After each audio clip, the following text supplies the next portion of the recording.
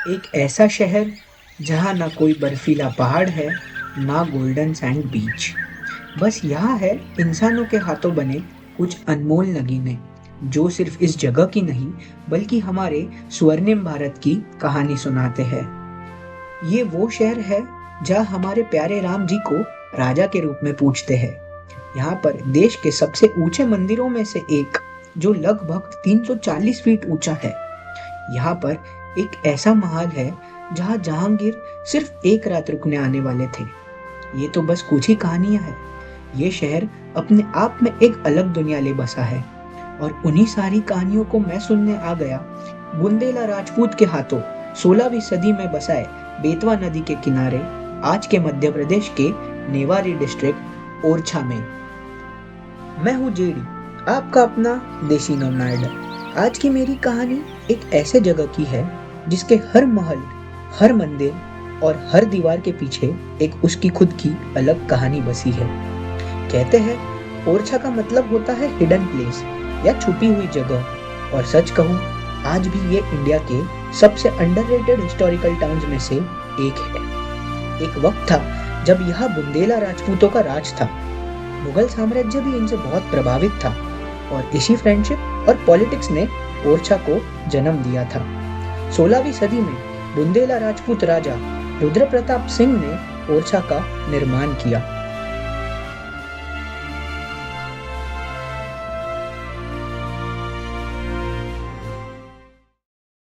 मैं आपको लेके चलता हूँ ओरछा की सबसे अनोखी कहानी की ओर, जो जहांगीर महल की है।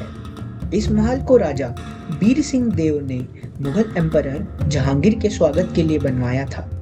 और इस महल की खास बात, कहते हैं जहांगीर ने यहाँ सिर्फ एक रात बिताई थी, लेकिन उस एक रात के लिए इतना बड़ा ग्रैंड पैलेस बनाया गया। ये एक रात की व्यवस्था राजपूतों और मुगल सल्तनत की दोस्ती की मिसाल है। अगर जहांगीर चाहते तो भी इस महल को वो रात भर में ठीक से पूरा देख न पाते। देखो इन बालकनीज को, देखो इन डोम्स को। राजपूत और मुगल आर्किटेक्चर का ऐसा फ्यूजन शायद ही कहीं और देखने मिले। जब आप यहाँ खड़े होते हो तो लगता है जैसे किसी हिस्टोरिकल मूवी के सेट पर आ गए हो। कार्तिक आर्यन की एक हॉरर मूवी में आपने इस महल को काफी अच्छे से देखा होगा।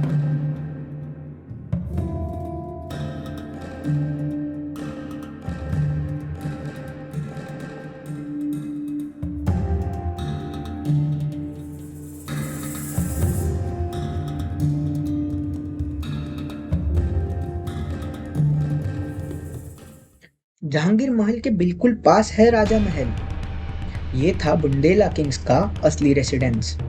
आज जो आप ओरछा फोर्ट सुनते हो, उसी के अंदर है जहांगीर महल, राजा महल और शीश महल, जो आज एक खूबसूरत रेस्टोरेंट में बदल दिया गया है। राजा मधुकर शाह ने राजा महल का निर्माण किया था। बाहर से देखने पर ये एक नॉर्मल पैलेस लगता है, लेकिन जब आप उस जगह को अंदर से देखने जाते हो, तब आपको उस जगह से और ज्यादा प्यार और सरप्राइज फील होता है।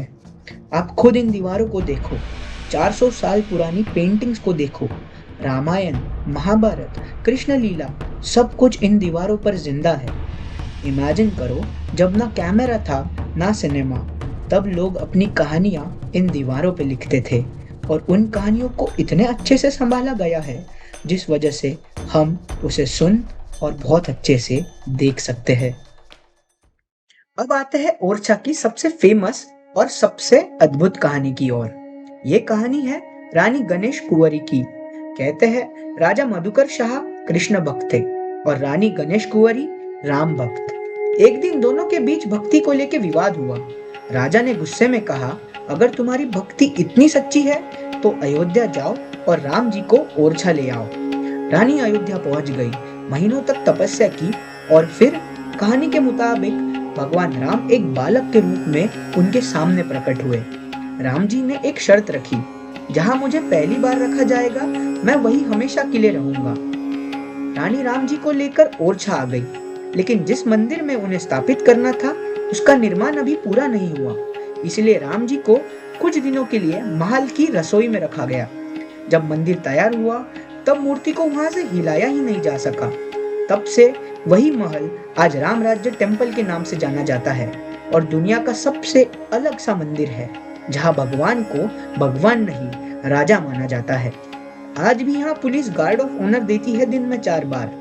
और ओरछा का असली राजा कोई नेता या महाराज नहीं, भगवान राम ही है। ओरछा की कहानी में एक और अद्भुत कहानी है चार द्वारी हनुमान मंदिर की। लोक मान्यता के अनुसार जब ओरछा में राम राजा विराजमान हुए, तब उनके परम भक्त हनुमान जी ने नगरी की रक्षा का दायित्व संभाला। आज भी लोग मानते हैं कि ओरछा की सुरक्षा स्वयं बजरंगबली करते हैं। इस मंदिर से जुड़ी एक रोचक कहानी है। कहा जाता है कि राजा पहाड़ सिंह देव को स्वप्न में हनुमान जी के दर्शन हुए और बाद में उनकी प्रतिमा यहाँ स्थापित की गई। आज ये मंदिर सिर्फ आस्था का केंद्र नहीं, बल्कि ओरछा की आध्यात्मिक सीमा का प्रतीक माना जाता है, जहाँ राम राजा के दरबार की रक्षा स्वयं हनुमान जी करते हैं। ओरछा की कहानी सिर्फ राजाओं और महलों की नहीं है। ये कहानी है बलिदान की, विश्वास की और एक ऐसे राजकुमार की जिसे आज भी बुंदेलखंड का हर घर अपना रक्षक मानता है। उनका नाम था लाला हरदौल।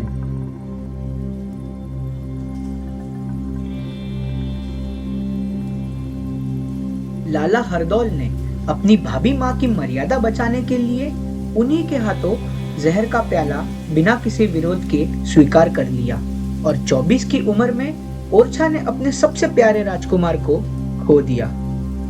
कहानी यहाँ खत्म नहीं होती। जब उनकी बहन कुंजावती ने अपने बेटी के शादी में उन्हें याद किया, तो लोक कथाओं के अनुसार हरदौल ने अपना वचन निभाया और शादी का सारा भात भिजवाया। तब से लाला हरदौल सिर्फ एक राजकुमार नहीं रहे, वो बुंदेलखंड के लोक देवता बन गए।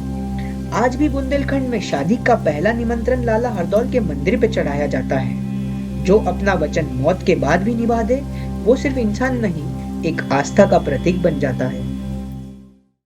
अब चलते हैं ओरछा के सबसे ऊंचे और सबसे रहस्यमय मंदिर के तरफ, चतुर्भुज टेम्पल। वही मंदिर जो भगवान राम के लिए बनाया गया था, लेकिन जहाँ राम जी कभी आए ही नहीं। दूर से देखो तो लगता है जैसे कोई यूरोपियन कैसल हो, लेकिन ये एक हिंदू टेम्पल है। मंदिर के टॉप तक पहुंचने के लिए संकरी और खड़ी सीढ़ियों से गुजरना पड़ता है। इसका शिखर लगभग 340 फीट तक पहुंचता है और ओरछा स्काईलाइन पर आज भी डोमिनेट करता है। सबसे जबरदस्त चीज इसका रूफटॉप, यहाँ से पूरा ओरछा दिखता है।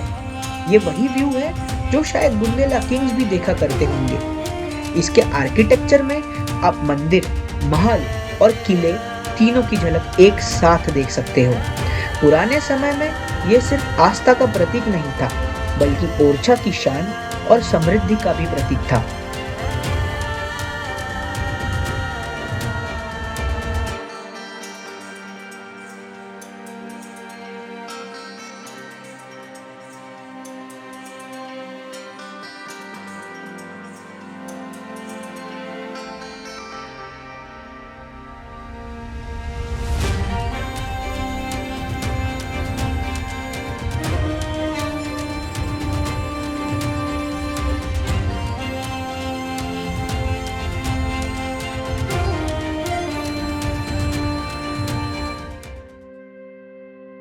बेतवा नदी के किनारे खड़े ये भव्य छतरिया दरअसल बुंदेला राजाओं की अंतिम यादें हैं।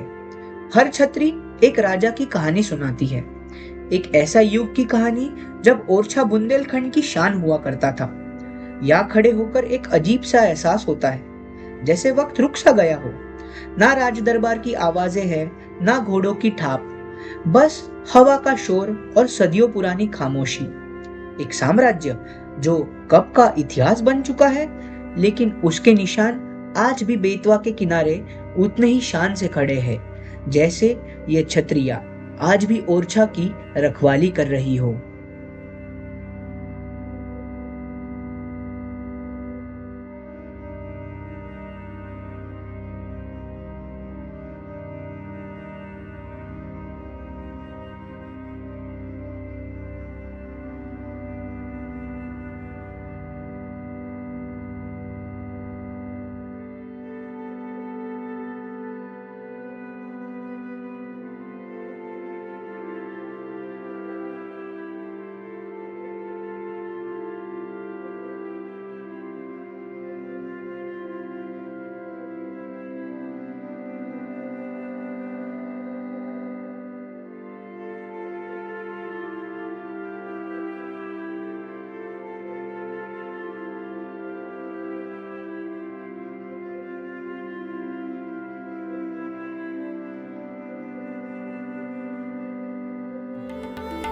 ओरछा सिर्फ एक टूरिस्ट डेस्टिनेशन नहीं है, ये एक कहानी है जिसमें दोस्ती है, राजनीति है, भक्ति है और एक ऐसे शहर की जहां लोग आज भी कहते हैं हमारे राजा राम है। जब भी आप ओरछा आओ, सिर्फ मॉन्यूमेंट्स मत देखना, इनकी कहानियां सुनना, क्योंकि ओरछा को समझने के लिए उसके दीवारों से ज्यादा यहाँ के वीरों को समझना जरूरी है।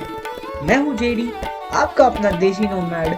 मिलते हैं अगले सफर में एक और नए एक्सपीरियंस के साथ और एक कहानी के साथ। और अगर वीडियो पसंद आए तो लाइक करो, शेयर करो और सब्सक्राइब तो जरूर करना। तब तक साथ में सफर जारी रखते हैं।